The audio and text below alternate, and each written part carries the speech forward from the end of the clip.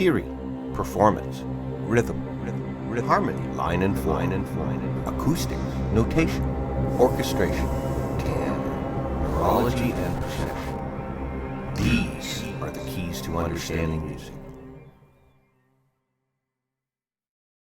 Hello, and welcome to Understanding Music.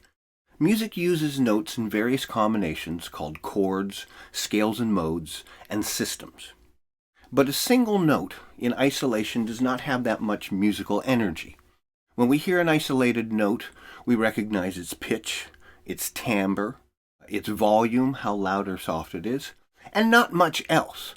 Part of the not much else, I believe, is when we hear an isolated note, or the first note of some passage, we usually hear it as a tonic. And it's not until we hear other notes that we realize that either we were correct or not. Whether that tonic is of a major or a minor scale or some type of mode comes down to what kind of music the individual likes to listen to or mostly listens to.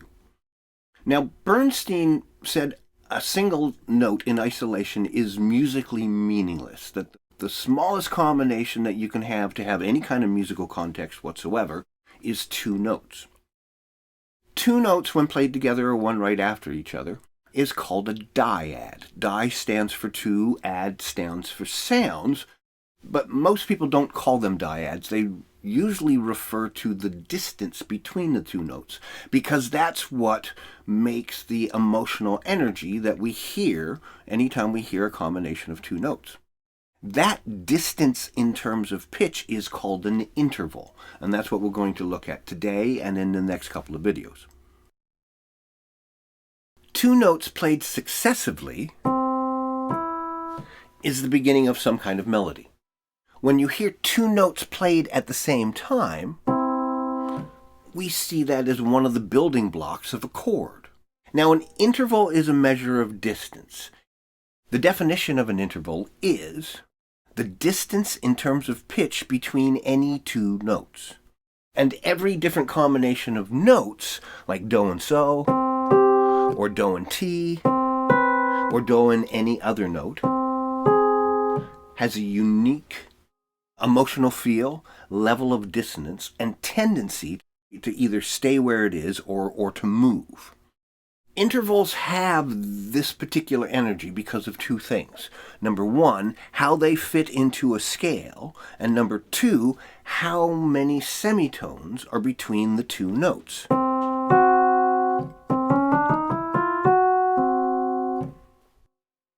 Intervals have names like major second, minor third, perfect fourth, augmented fifth, and diminished seventh. An interval's name has two parts, what is known as a qualifier, and then in most cases some kind of a number. The qualifiers can be either major, minor, perfect, and in some cases augmented or diminished. And the numbers will be names like second, third, fourth, seventh, ninth, 11th, and so on. The number part is the easier part to explain, so we're going to start with that. When we take a look at two notes, we notice their pitches. It can either be the notes that we hear or it can be the notes that we read on paper.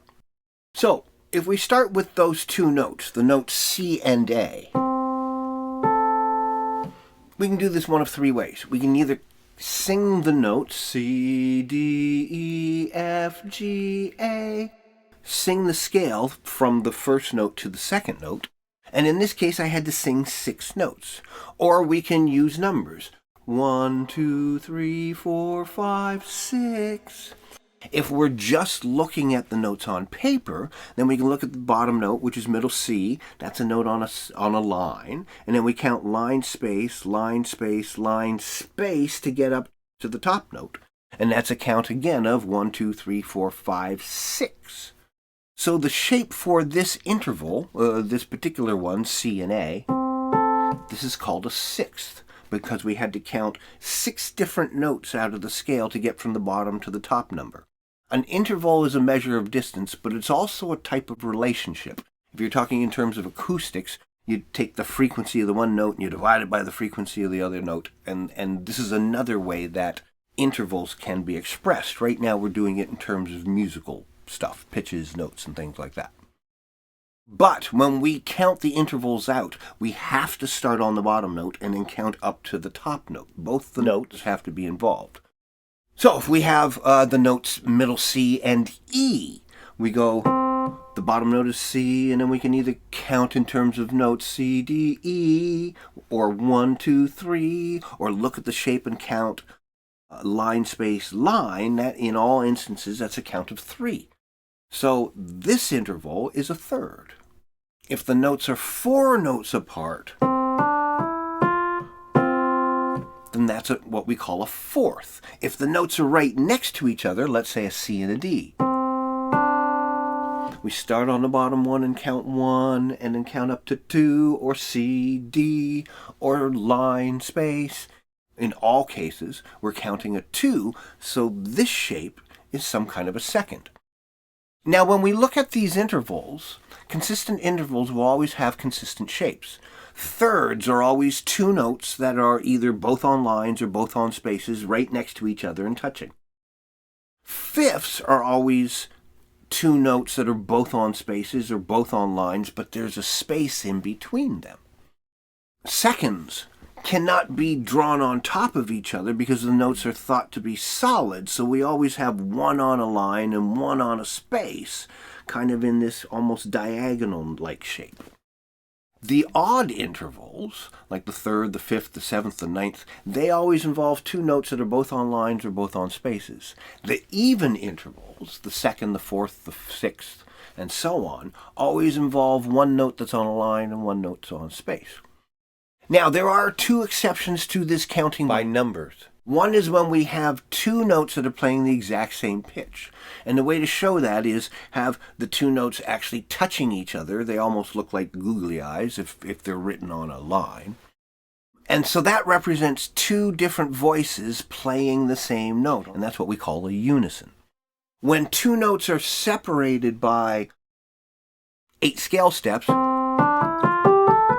or probably an easier definition, is any particular note name, in this case C, going up to the next C or down to the next C, that is called an octave. We don't call that an 8, we actually call it an octave. Although when we write it down as an interval, we do write it as an 8. Sometimes the number 8 can be used to represent the word octave. In many cases, it's 8 with a little V or a VA or a VE or something like that. But sometimes it's just the number 8 itself. So if we look at the notes of the major scale, and we draw each one in series, in combination with the tonic, we get the general series of intervals we have in the scale, which is unison, second, third, fourth, fifth, sixth, 7th, and then the octave. To be more exact, 4 of these intervals are what we call perfect, and 4 of these intervals are what we call major, or if you want to get really exact, major or minor. The ones that are perfect are the ones on the ends, the unison and the octave, and the 2 in the middle, the 4th and the 5th. The other 4, the 2nd, the 3rd, the 6th, and the 7th, are what we call major. So more exactly, this progression of notes, and this is one of the most important series of intervals in music, is perfect unison, major second, major third, perfect fourth, perfect fifth, major sixth, major seventh, and perfect octave. Now there's a difference between these types of intervals, and there are 3 or 4 different reasons why the perfect intervals are different from the major or minor ones. And we're going to look at that in the next video. Now, we've already looked at one series of intervals that I said is one of the most important series of intervals in the scale, and that is the series of intervals we get between the notes of the major scale, which, starting at Do, is whole tone, semitone, whole tone, semitone. When we put this series in combination with the other series, and we actually understand what's going on here, we can use these 2 in combination to explain all the other scales, major and minor, and all the other related modes, Dorian, Phrygian, Lydian, and so forth, and all the made-up scales and the different scales we get from different cultures, which are basically chromatic variations of this major scale. Between do and re, there is a note in between that we skip over to make the major scale. And wherever that skipped over note happens, and it happens in 5 different places in the major scale, we can chromatically alter that note. If we're talking about the notes C and A again, and I make A and A flat, well, that's a chromatically altered version of the A in the major scale. And composers do that a lot. One way of looking at it is we have borrowed that from the minor scale. Another way of looking at it is we've just taken the notes in the major scale and we've changed them for some artistic purpose. When we do that, we end up looking at different intervals, because this sound, C to A, is what we call a major 6. If it's 1 semitone lower, we call that a minor 6. And for each one of the major intervals, they have that minor counterpart. And we're going to look at all of this in more depth in the next video. So come on back for that one. Stay safe. See you soon.